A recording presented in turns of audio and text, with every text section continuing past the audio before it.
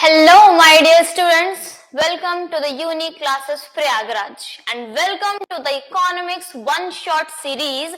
और आज का जो हमारा बेहतरीन सा चैप्टर है जिसका नाम है सेक्टर्स ऑफ इंडियन इकोनॉमी, कि इंडियन इकोनॉमी के कौन कौन से सेक्टर्स होते हैं और उनका हमारी नेशनल इकोनॉमी में कैसा कैसा कंट्रीब्यूशन है, इन सारी चीजों के बारे में हम इसमें डिटेल से इसको एनालाइज करने वाले हैं। जो सेक्टर्स की बात है तो इसकी बात हमने ज्योग्राफी के भी कुछ चैप्टर्स में ऑलरेडी कर रखी है।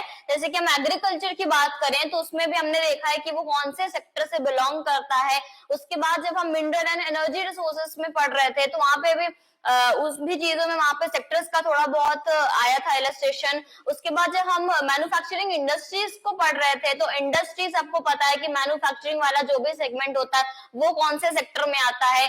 तो ये सारी चीजें हमने कहीं ना कहीं थोड़ा बहुत सेक्टर्स के बारे में ऑलरेडी पढ़ रखा है, बट अब हम सेक्टर्स का पूरा एक चैप्टर पढ़ने वाले हैं। तो चलिए बिल्कुल भी टाइम ना वेस्ट करते हुए अब शुरुआत करते हैं अपने चैप्टर की। जब हम सेक्टर की बात करते हैं बच्चों तो मेनली जो है सेक्टर्स को जब हम डिवाइड करते हैं तो ये मेनली तीन सेक्टर्स आपको देखने को मिलते हैं। पहला आपको प्राइमरी सेक्टर है, दूसरा है सेकेंडरी सेक्टर और तीसरा है टर्शियरी सेक्टर। तो इन्हीं सेक्टर्स पर बेस्ड है ये पूरा का पूरा चैप्टर। तो चलिए शुरू करते हैं। पहला जो हमारा सेक्टर है बच्चों जिसका नाम है प्राइमरी सेक्टर, कि प्राइमरी सेक्टर में क्या होता है।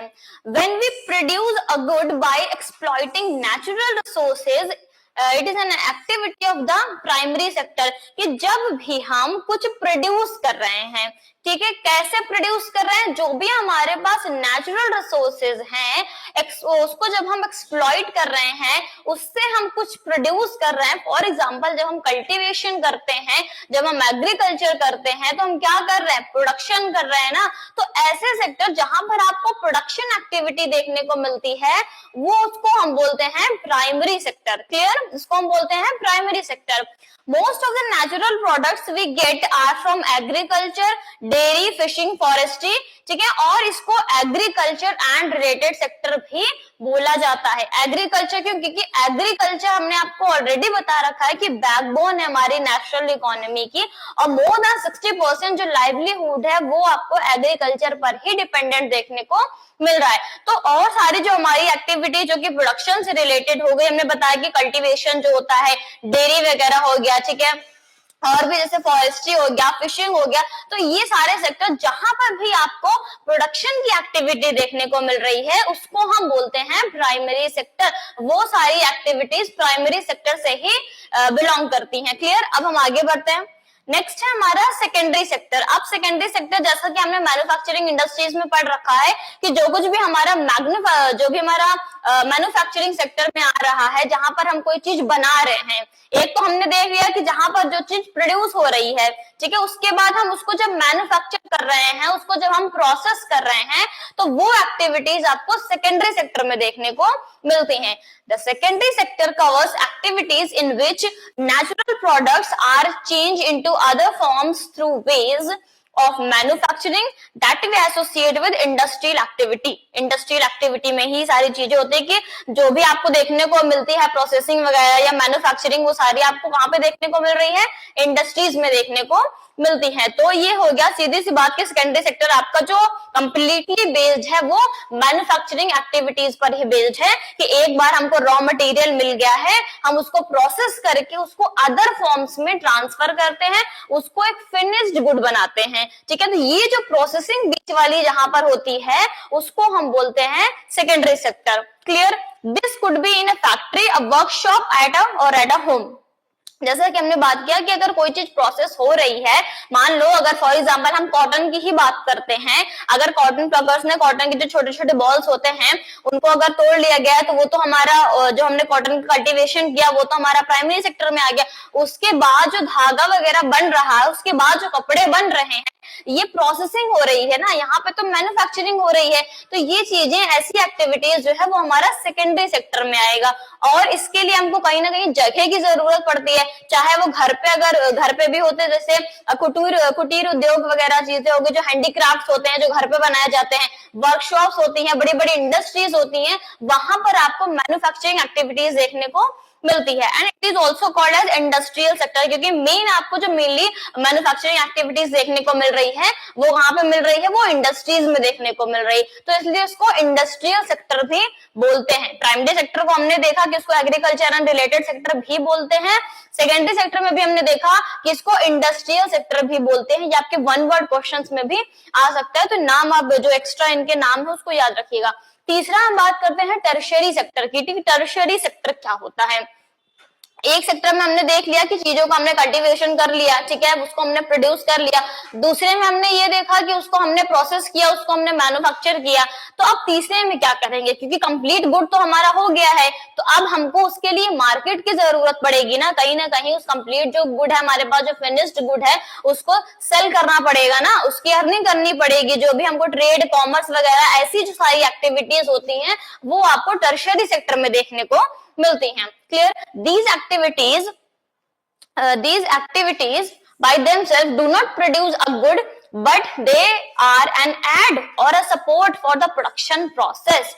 कि यहाँ पर आपको कोई प्रोडक्शन देखने को तो नहीं मिल रहा है, कोई भी आपको यहाँ पर प्रोडक्शन देखने को नहीं मिल रहा है, बट यहाँ से आपको सपोर्ट मिलता है फॉर प्रोडक्शन प्रोसेस। अब सपोर्ट कैसे मिल रहा है मैम? सपोर्ट ऐसे मिल रहा है बच्चों कि जैसे जो कुछ भी कल्टीवेशन मान लो हो रहा है, या तो जब हम एग्रीकल्चर करते हैं, बीज की बुआई अगर हो रही है, तो बीज अगर हमको कहीं दूर से लाना है तो उसके लिए क्या करना पड़ेगा, हमको ट्रांसपोर्टेशन की जरूरत पड़ती है ना, ट्रांसपोर्टेशन की हमको जरूरत पड़ती है। एक जगह से दूसरी जगह हमको सामान भी लेके जाना है तो भी हमको ट्रांसपोर्टेशन की जरूरत पड़ रही है। तो कहीं ना कहीं एक सपोर्ट तो प्रोवाइड हो रहा है ना टर्शियरी सेक्टर की वजह से, तो वही चीजें बताई जा रही हैं। अब जैसे हम ट्रांसपोर्ट की बात कर लें, स्टोरेज की बात कर लें, कम्युनिकेशन हो गया, बैंकिंग हो गया, ट्रेड हो गया, तो ये सारे एग्जाम्पल्स इसमें आते हैं। ठीक है, ट्रांसपोर्ट का तो हमने बताया कि मान लो अगर फिनिश्ड गुड भी हो गया है, एग्रीकल्चर में जो भी हमने बुआई की थी, हार्वेस्टिंग उसकी हो चुकी है, तो अगर हमारे पास अब ग्रेन्स हैं तो उसको क्या करना पड़ेगा, अगर उस वक्त हमारे पास वैसे प्राइसेस अगर फार्मर के अकॉर्डिंग नहीं है तो उसको क्या किया जाता है, या तो स्टोरेज में आप उसको स्टोर करके रखोगे, तो उसके लिए आपको एक स्टोरेज फैसिलिटी की जरूरत पड़ेगी। उसके बाद जब आपको मार्केट में भी उसको लेके जाना है तो आपको ट्रांसपोर्टेशन की जरूरत पड़ेगी, आपको व्हीकल्स की जरूरत पड़ेगी। ठीक है, फिर बेचने का जो भी ट्रेड और कॉमर्स वगैरह हो रहा है, और उसके अलावा भी जो हमारी कुछ लोन एक्टिविटीज भी होती हैं जिसके लिए हमको बैंकिंग सिस्टम की जरूरत पड़ती है। ठीक है, कम्युनिकेशन जो भी सिस्टम है, तो ये सारी जो सर्विसेज हैं ये आपको टर्शियरी सेक्टर में देखने को मिलती हैं। मेनली आपको ये एक सर्विस प्रोवाइड करता है ये सेक्टर, इसलिए इसको हम सर्विस सेक्टर भी बोलते हैं। ठीक है, तो तीनों सेक्टर का आपको क्लियरली समझ में आ जाना चाहिए कि पहला है प्राइमरी सेक्टर जहां पर हम प्रोडक्शन कर रहे हैं, और इसको एग्रीकल्चर एंड रिलेटेड सेक्टर भी बोलते हैं। सेकेंड हम बात कर लेते हैं सेकेंडरी सेक्टर की, जहां पर आपको मैन्युफैक्चरिंग देखने को मिल रही है, प्रोसेसिंग देखने को मिल रही है, और इसको इंडस्ट्रियल सेक्टर भी बोलते हैं। और जो हमारा लास्ट सेक्टर है दैट इज टर्शियरी सेक्टर, यहाँ पर आपको सर्विसेज प्रोवाइड की जा रही हैं, ये एक सपोर्ट प्रोवाइड कर रहा है, इसलिए इसको हम एक सर्विस सेक्टर के तौर पर भी जानते हैं। तो आई होप आपको ये सेक्टर वाला कॉन्सेप्ट समझ में आ गया होगा। अब हम आगे बढ़ते हैं, नेक्स्ट हम बात कर लेते हैं, the value of final goods already includes the value of the intermediate goods that are used in making the final good. जब हम वैल्यू की बात कर रहे हैं, ठीक है, जब हम किसकी बात करते हैं, वैल्यू की बात कर रहे हैं। फॉर एग्जांपल अगर हम आलू की बात करते हैं, आलू का हमने एग्जांपल लेते हैं कि इसका हमने जो भी एग्रीकल्चर में कल्टीवेशन किया, आलू की बुआई हुई, हार्वेस्टिंग हुई, आलू हमको मिल गया। ठीक है, उसके बाद जब हम इसकी प्रोसेसिंग कराते हैं, मान लो उसके हमको चिप्स बनाने हैं, ठीक है, तो जब भी उसकी प्रोसेसिंग हुई, उसको पैकेट में सब कुछ उसकी पैकेजिंग हुई, सब कुछ उसको एकदम अच्छे से प्रोसेस कर लिया गया, वो एक चिप्स में कन्वर्ट हो गया है, तो एक फिनिश्ड गुड हमारे पास अब तैयार हो गया है। क्लियर? तो क्या इसमें ये बोला जा रहा है कि उसके बाद जो उसका प्राइस होगा, तो उसके प्राइस में जो स्टार्टिंग में जो आलू था, ठीक है, उस आलू के चिप्स तक के बनने के सफर में जो भी प्राइसेस ऐड हुए हैं, तो क्या ये उसके फाइनल जो उसका प्राइस होगा उसमें सब मिला जुला रहेगा? तो बिल्कुल मिला जुला रहता है। क्लियर? तो बाद में जो भी हमको फिनिश्ड गुड मिल रहा है कंप्लीटली, उसका जो भी प्राइस होगा वो उसके वहां तक आने में, प्रोडक्शन से लेकर एक फिनिश्ड गुड तक आने में बीच में जो सारे भी उसमें कॉस्ट लग रहा है, वो उन सबका एडिशन होकर एक फाइनल जो प्राइस हमको मिलता है उस फाइनल गुड का। ठीक है, समझ में आया आपको मैं क्या कहना चाह रही हूँ? Next, the value of final good and services just wait. Next हम बात करते हैं the value of final goods and services produced in each sector during a particular year provides the total production of the sector for the year, कि एक year में उस sector में जितना भी प्रोडक्शन हुआ है, क्या बोला जा रहा है कि the value of final good और सर्विसेज, ठीक है, और उस साल में कि जो भी फाइनल गुड हमको मिल रहे हैं उस पर्टिकुलर ईयर में जो टोटल प्रोडक्शन हुआ है उसी को हम बोलते हैं कि एक साल में इस सेक्टर ने इतना कंट्रीब्यूट किया है, कि उस पर्टिकुलर सेक्टर में उस पर्टिकुलर ईयर में जितना भी हमको प्रोडक्शन देखने को मिल रहा है उसी को हम ये बोलते हैं कि हाँ इस साल में इस सेक्टर ने इतना हमको उसका कंट्रीब्यूशन देखने को मिला है। And the sum of production in the 3 sector, अभी हमने एक एक सेक्टर की बात की कि एक सेक्टर का एक साल में कितना उनका प्रोडक्शन हो रहा है, एक तो वो हुआ। उसके बाद हम तीनों सेक्टर का मिला के देखते हैं, प्राइमरी, सेकेंडरी और टर्शियरी।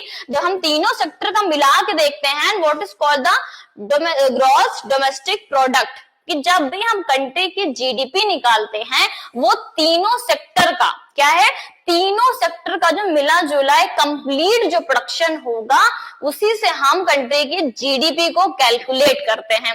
तो ये आपको कॉन्सेप्ट एकदम इंपॉर्टेंट है, जीडीपी वाला कॉन्सेप्ट कैसे कैलकुलेट की जाती है। तो ये आपको याद रखना है कि तीनों सेक्टर्स के प्रोडक्शन को मिलाकर ही कंट्री की जीडीपी को कैलकुलेट किया जाता है। क्लियर? अब आगे बढ़ते हैं।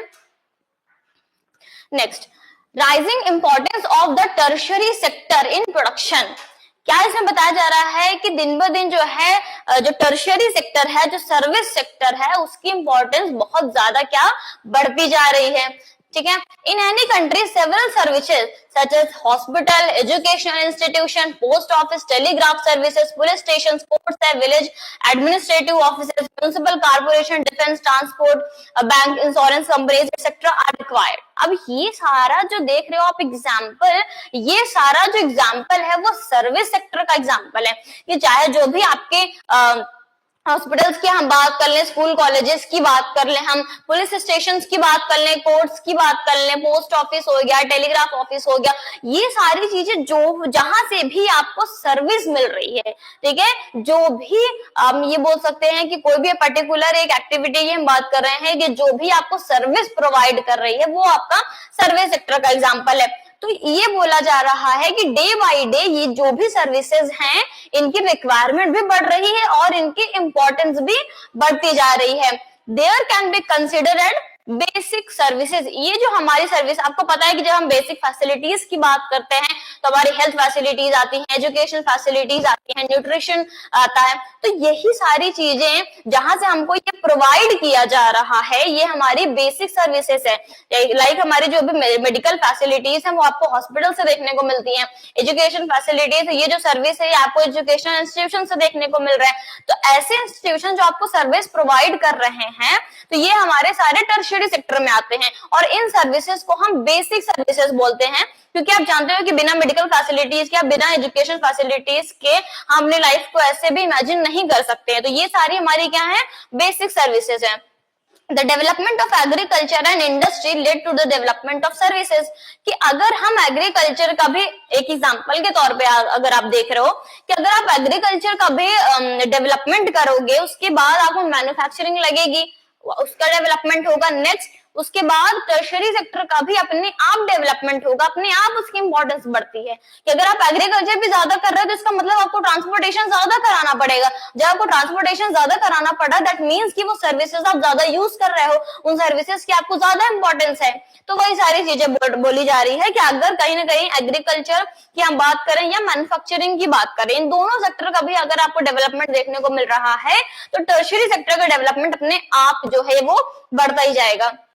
And income level rises, certain sections of people started demanding many more services like eating out, tourism, shopping, private hospitals, private schools, professional trainings। मतलब क्या बताया जा रहा है कि जैसे कि एक इंडिविजुअल की पर कैपिटा इनकम अगर रेज हो रही है, जैसा कि हमारी इनकम लेवल अगर धीरे धीरे जब बढ़ती जा रही है, डेवलपमेंट जब इंक्रीज हो रहा है, तो क्या होता है कि कुछ ऐसी सर्विसेज भी हैं जो एक पर्टिकुलर सेक्शन, एक पर्टिकुलर ग्रुप ऑफ पीपल जो है उसको यूज करने लगते हैं। फॉर एग्जाम्पल जैसे आज के टाइम पे आप देखते हो कि टूरिज्म का काफी ज्यादा जो है ट्रेंड हो गया है कि लोग बाहर घूमने जाना ज्यादा पसंद करते हैं, बाहर खाना खाना ज्यादा पसंद करते हैं, ठीक है, कैफेज वगैरह, रेस्टोरेंट्स वगैरह, इन सबका आपको ट्रेंड ज्यादा देखने को मिल रहा है। तो यही बोला जा रहा है कि ये सब भी हमको सर्विस ही प्रोवाइड कर रहे हैं, चाहे वो हमारे प्राइवेट स्कूल्स की बात कर लें या प्राइवेट हॉस्पिटल्स की हम बात कर लें, ठीक है। स्टार्टिंग में जो हमने बेसिक सर्विसेज की बात की वो सारा गवर्नमेंट वाला था, ठीक है। जब हम और भी आगे की सर्विसेज की बात करते हैं कि जैसे हमारा इनकम लेवल राइज हो रहा है, तो हम ज्यादातर प्राइवेट चीजों को यूज करना ज्यादा पसंद करते हैं, उनको ज्यादा हम प्रेफर करते हैं कि गवर्नमेंट स्कूल से ज्यादा प्राइवेट स्कूल जो है वो ज्यादा बेटर होगा। तो अगर हमारे पास पैसे ज्यादा हैं, अगर हमारी इनकम लेवल अच्छी है, तो हम यही हमारा उसको हम प्रेफर करते हैं कि जिनका बच्चा जाए तो वो प्राइवेट स्कूल में जाए। क्लियर। और उसके बाद क्या होता है, टूरिज्म का जैसे मैंने बताया कि अगर फैमिली वाइज प्लानिंग ऐसे होती रहती है कि हाँ बाहर घूमने जाना या बाहर खाना खाने जाना है, तो जो भी हमारे, अगर हम पार्क्स की बात करें, रेस्टोरेंट्स की बात करें, कैफेज की बात करें, तो ये सब भी हमको क्या कर रहे हैं, ये सब भी हमको सर्विस ही प्रोवाइड कर रहे हैं। तो ये भी इसीलिए यही बोला जा रहा है कि day by day in services की इंपॉर्टेंस जो है वो ज्यादा बढ़ रही है, इन सर्विसेज की रिक्वायरमेंट ज्यादा बढ़ रही है। और जैसे इनकी रिक्वायरमेंट ज्यादा बढ़ रही है, दैट मीन्स कि जो टर्शियरी सेक्टर का डेवलपमेंट है, जो टर्शियरी सेक्टर की इंपॉर्टेंस है, वो भी बढ़ती जा रही है। तो आई होप आपको ये वाला कॉन्सेप्ट समझ में आ गया होगा। नेक्स्ट आगे बढ़ते हैं। How to create more employment, कि एम्प्लॉयमेंट को ज्यादा से ज्यादा कैसे क्रिएट किया जा सकता है। The local bank gives a credit at a regional rate of interest, promote and locate industry. ये हमारे कुछ ऐसे पॉइंट्स हैं। मान लो जब हम बात कर रहे हैं लोकल बैंक्स की, कि जब एम्प्लॉयमेंट बढ़ाने की बात की जा रही है, मान लो छोटे मोटे अगर हमको स्टार्टअप भी क्रिएट करने हैं, तो ये बोला जा रहा है कि एक रीजनेबल रेट ऑफ इंटरेस्ट पे जो है जल्दी से जल्दी हमको लोन अगर प्रोवाइड हो पाएगा, तब तो इंसान आगे बढ़ पाएगा, तब तो वो कुछ अच्छा, अगर उसको कोई स्टार्टअप अगर करना है, तो अगर हम एज अ सिटीजन एक एग्जांपल लेते हैं कि अगर हमको कोई स्टार्टअप अपना क्रिएट करना है, तो हमारे मन में यही होगा कि एक रीजनेबल रेट ऑफ इंटरेस्ट में हमको जल्दी से जल्दी क्या हो जाए, लोन प्रोवाइड हो जाए। तो पहला पॉइंट तो ये हो गया। दूसरा हम बात कर लेते हैं कि promote and locate industries and services in semi rural area with a large number of people may be employment। मतलब क्या बताया जा रहा है कि जो हमारे कुछ सेमी रूरल एरियाज, मतलब कि बहुत ज्यादा जो पिछड़े हुए एरियाज नहीं है, बट सेमी रूरल एरियाज हम उनको बोलते हैं, तो हो गया जो एकदम ग्रामीण एरिया हो गया, बट सेमी रूरल थोड़ा सा जैसे मार्केट वगैरह, वहां पे आपको अच्छा जो है वो मिल जाएगा। तो ऐसी जगह में ज्यादा से ज्यादा गवर्नमेंट को इंडस्ट्रीज और सर्विसेज को प्रोवाइड करना चाहिए। मान लो अगर ऐसा कोई रीजन है, वहां पर अगर इंडस्ट्री बनेगी, इंडस्ट्री वहां पे स्टैब्लिश की जाएगी, तो ये जाहिर सी बात है कि वहां पर एम्प्लॉयमेंट जो है वो जनरेट होगी ही होगी। कंस्ट्रक्शन में जो है एम्प्लॉयमेंट जनरेट होगी, उसके बाद उसके बनने के बाद वहां पर जो काम करने के लिए वहां पे एम्प्लॉयमेंट का जनरेशन होगा। तो ऐसी चीजें बताई जा रही हैं कि इंडस्ट्रीज हो गया या ऐसी में या सेमी रूरल एरिया में अगर वो स्टैब्लिश हो, तो वहां पर एम्प्लॉयमेंट जो है वो ज्यादा देखने को मिलते हैं। Opening a cold storage could give an opportunity for the farmers to store their products like potatoes and onions and sell them when the prices is good। मतलब क्या बताया जा रहा है कि गवर्नमेंट को ऐसे इनिशिएटिव्स लेने चाहिए कि ऐसे एरियाज में जहां पर आपको कोल्ड स्टोरेज ज्यादा नहीं देखने को मिल रहा है, वहां पे आपको कोल्ड स्टोरेज को स्टैब्लिश करना चाहिए कि मान लो अगर वैसे प्राइसेस मार्केट में नहीं चल रहे हैं, फार्मर अभी अपना जो भी उसने क्रॉप्स हैं उसके, चाहे पोटैटो की बात करें, ऑनियन की बात करें, तो अगर उसको अभी वो नहीं सेल करना चाह रहा है क्योंकि उसके अकॉर्डिंग वैसे मार्केट में प्राइसेस नहीं चल रहे हैं, तो उसके पास ये ऑप्शन हो कि अपने जो भी उसने क्रॉप्स को कल्टीवेट किया है वो एक कोल्ड स्टोरेज में जाकर उसको स्टोर कर सके। तो ऐसी भी फैसिलिटीज गवर्नमेंट को प्रोवाइड करनी चाहिए। Next, every state or region has potential for increasing the income or employment for the people in that area। कि यहाँ पर एक रीजन वाइज बताया जा रहा है कि हर स्टेट के पास या हर रीजन के पास अपना एक पोटेंशियल होता है। किसी ना, देखो अगर हम एक इंसान के तौर पे भी अगर देखें, लोगों के तौर पे, कि हर एक इंसान के अंदर कुछ ना कुछ अपना एक टैलेंट होता है, अपना एक पोटेंशियल होता है, और अगर उस चीज को वो पहचान ले तो उस प्रोफेशन में वो काफी अच्छा जो है वो परफॉर्म कर सकता है। तो इसी बात को एक रीजन और स्टेट के अकॉर्डिंग बताई जा रही है कि हर रीजन का, हर एक स्टेट का अपना एक पोटेंशियल होता है, किसी ना किसी चीज में वो पर्टिकुलर रीजन अच्छा होता ही होता है। तो उस रीजन को, उन चीजों को समझ समझने की जरूरत है और उसी प्रोफेशन में उसी ये बोल सकते हैं कि उसी क्षेत्र में उसको आगे बढ़ने की जरूरत है, ताकि उसका अगर जो एक पर्टिकुलर रीजन की हम बात कर रहे हैं तो वो डेवलप हो सके और वहां पर एम्प्लॉयमेंट के चांसेस जो है वो ज्यादा बढ़ सके। तो एक रीजन के ये बोल सकते हैं ना कि छोटे लेवल से जब हम शुरुआत करेंगे तो वो ज्यादा बेहतर तरीके से आगे बढ़ पाएगा। तो ऐसे कुछ सजेशंस दिए जा रहे हैं जिससे ये बोला जा रहा है कि अगर इनको फॉलो किया जाए तो एम्प्लॉयमेंट के जनरेशन जो है, एम्प्लॉयमेंट का जो जनरेशन है वो ज्यादा आपको देखने को मिलेगा।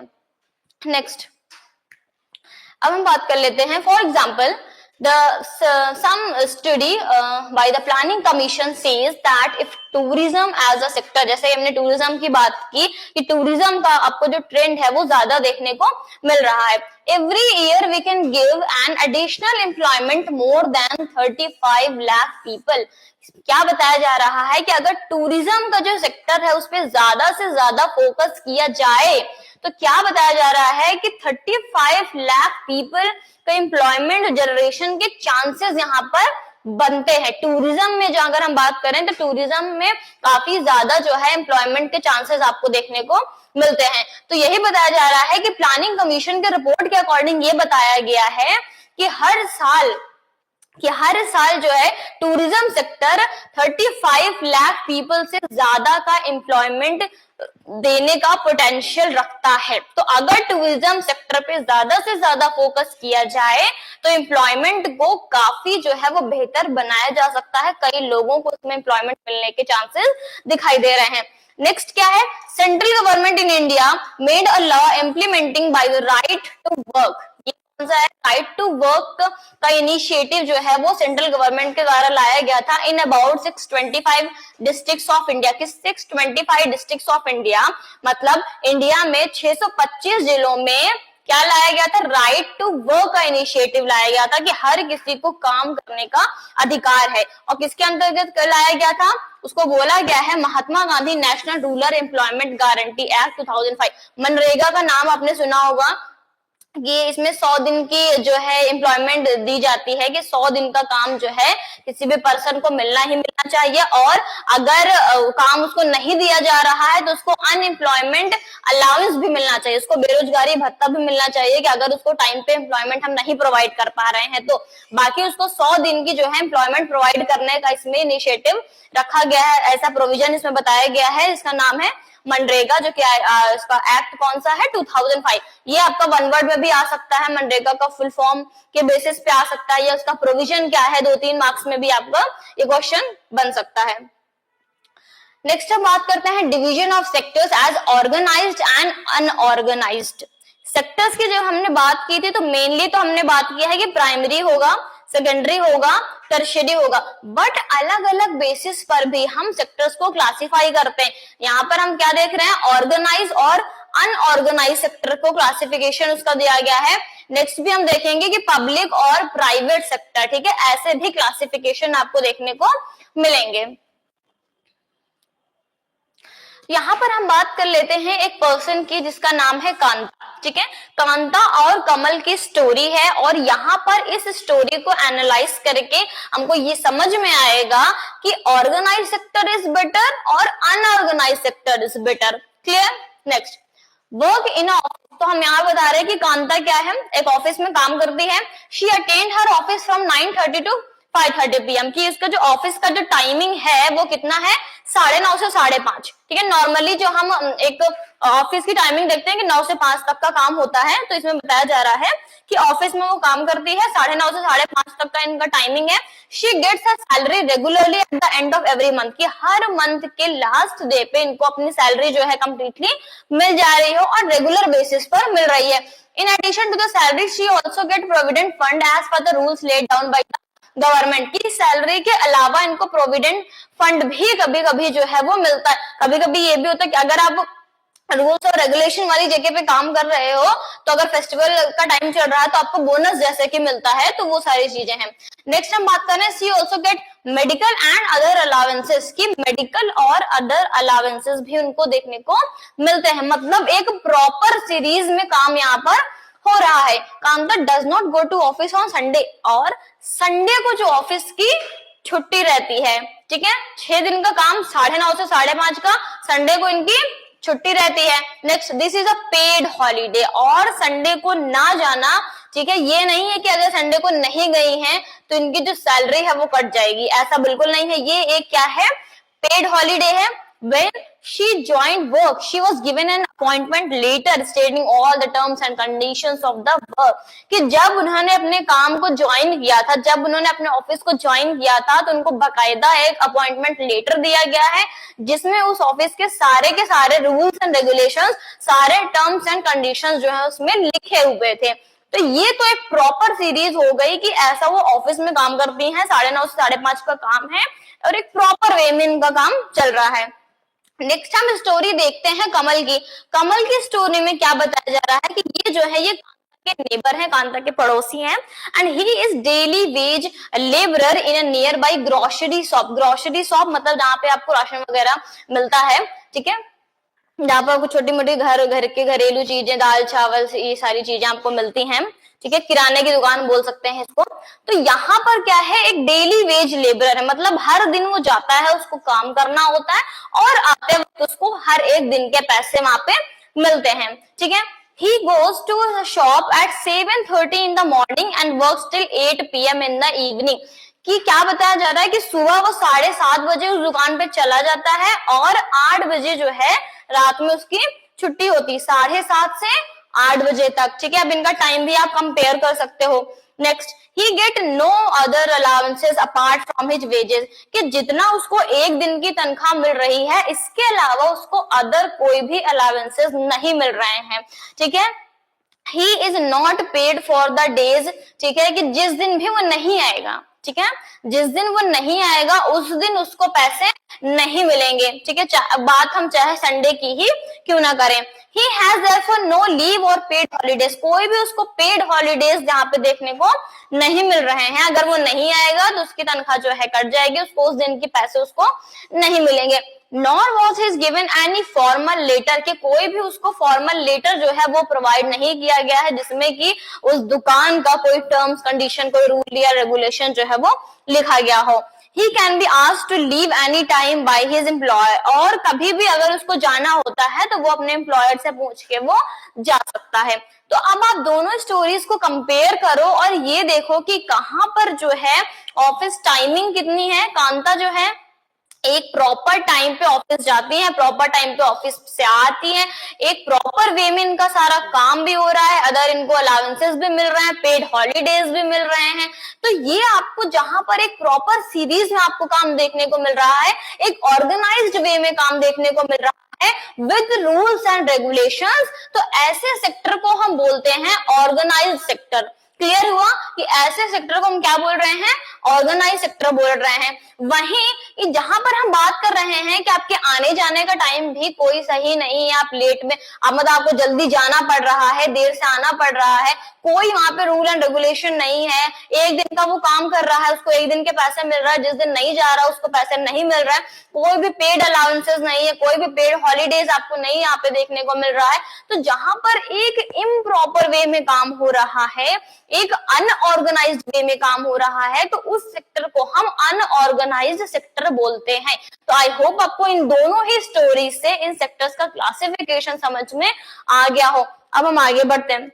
नेक्स्ट हम बात करते हैं how to protect workers in the unorganise sector की। जो भी हमारा अनऑर्गेनाइज सेक्टर है वहां पे जो वर्कर्स काम कर रहे हैं उनको हम प्रोटेक्ट कैसे करें, ठीक है। सिंस द 1990s की बात बताई जा रही है, it is also common to see a large number of workers losing their job in the organise sector. यहाँ पर क्या बताया जा रहा है कि 1919 से ही ये देखा गया है कि ऑर्गेनाइज सेक्टर से काफी लोगों की जो जॉब है वो चली गई है, काफी जो वर्कर्स हैं उन्होंने अपनी जॉब को खो दिया था, and these workers are forced to take up job in the organise sector.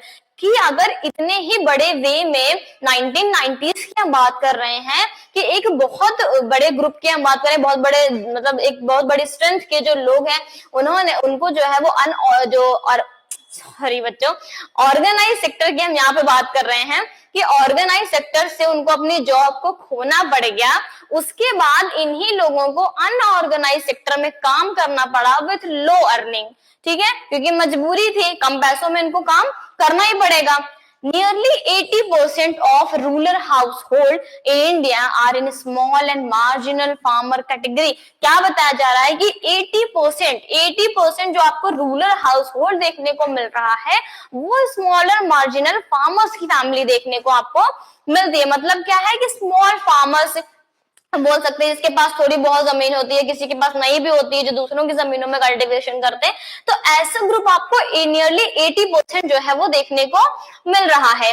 In the urban areas की जब हम बात करते हैं तो यहाँ पर जो आपको वर्कर्स देखने को मिल रहा है वो कैसे हैं, ठीक है, लाइक कंस्ट्रक्शन वर्कर्स हो गया, ट्रेड एंड ट्रांसपोर्ट में हो गया, ठीक है, and those who work are street vendor, head load workers हैं, गारमेंट वर्कर्स हैं, रैक पिकर्स हैं। तो ये आपको अर्बन एरियाज में देखने को मिलेंगे, जो ऐसे स्मॉल वर्कर्स जो होते हैं, लाइक रैक पिकर्स हो गए, गारमेंट मेकर्स हो गए हैं, स्ट्रीट वेंडर्स हो गए, फ्रूट वेंडर्स हो गए। तो ऐसे जो वर्कर्स हैं आपको ये अर्बन एरियाज में देखने को मिलेंगे, और रूरल एरियाज में आपको स्मॉल एंड मार्जिनल फार्मर्स देखने को मिलते हैं। Production and support to the unorganise sector workers is necessary for both economic and social development. तो क्या बताया जा रहा है कि ऐसी जो सिचुएशन चल रही है अनऑर्गेनाइज सेक्टर के लोगों के साथ, चाहे हम रूरल एरियाज की बात करें या अर्बन एरियाज की बात करें, तो उनके प्रोटेक्शन की जो जरूरत है वो काफी ज्यादा है।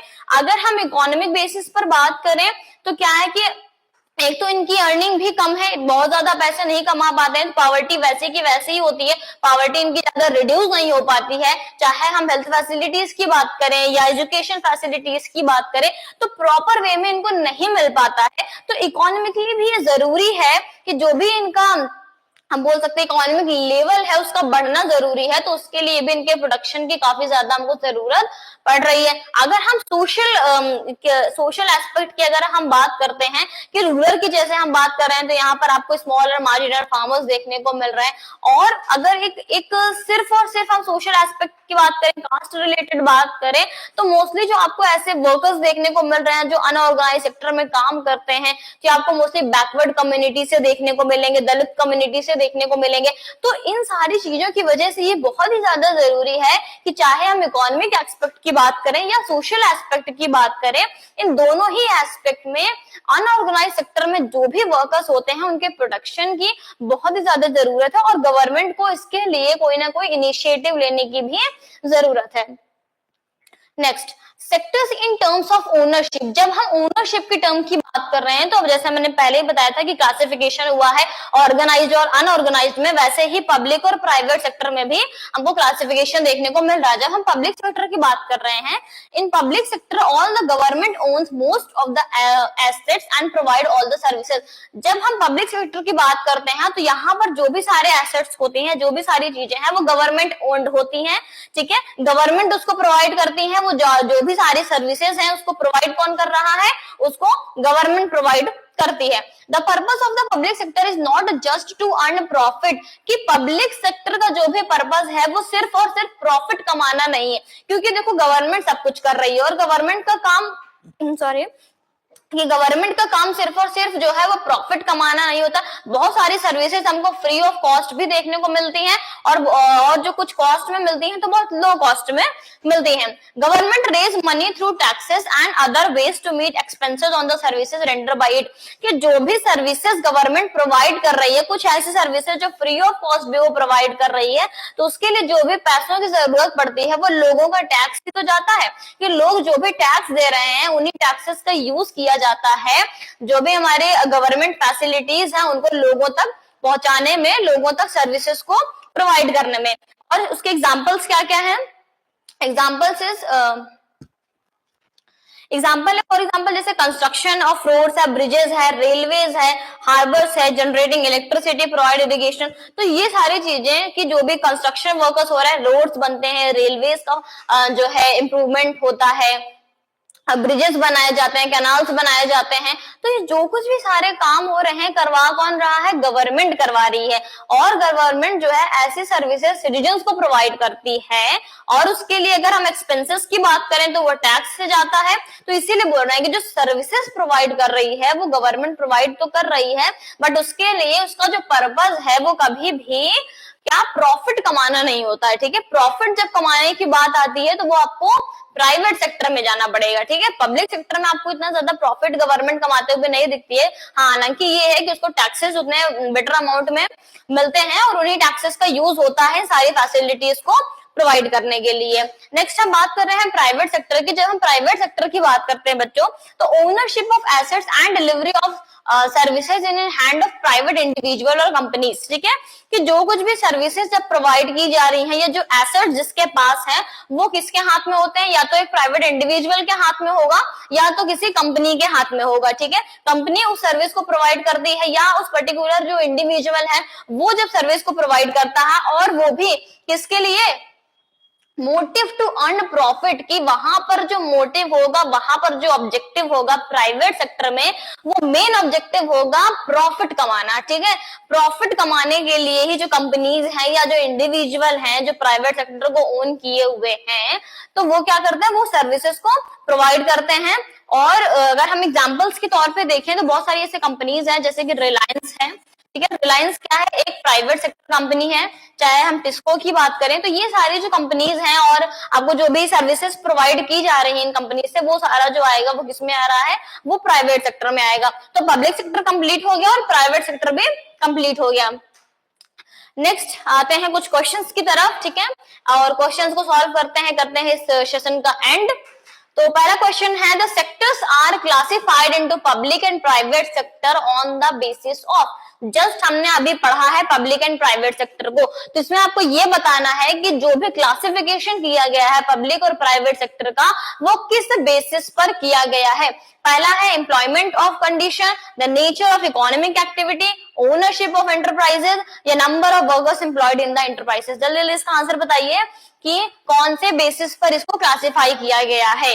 इसको क्लासिफाई किया गया है on the basis of ownership of enterprises, कि एंटरप्राइजेस की जो ओनरशिप है वो पब्लिक हैंड में है या प्राइवेट हैंड में है। Next is a question. A production of a commodity mostly through the natural process is an activity in which sector, कि कौन से सेक्टर की ये एक्टिविटी है जहां पर आपको प्रोडक्शन देखने को मिल रहा है। तो प्रोडक्शन आपको पता है बच्चों की वो प्राइमरी सेक्टर की एक्टिविटी है। ठीक है, प्राइमरी सेक्टर में ही आपको प्रोडक्शन देखने को मिलता है। क्लियर? ठीक है, तो आज का जो हमारा चैप्टर था sectors of Indian economy, I hope आपको क्लियरली समझ में आ गया हो। अगर आपके मन में कोई भी इशू है, कोई भी क्वेरी है, कोई भी क्वेश्चन है, just drop it into the comment box. तो नेक्स्ट डे नेक्स्ट लेक्चर, तब तक के लिए हंसते रहिए, मुस्कुराते रहिए और अच्छे अच्छे नंबर लाते रहिए। Thank you so much.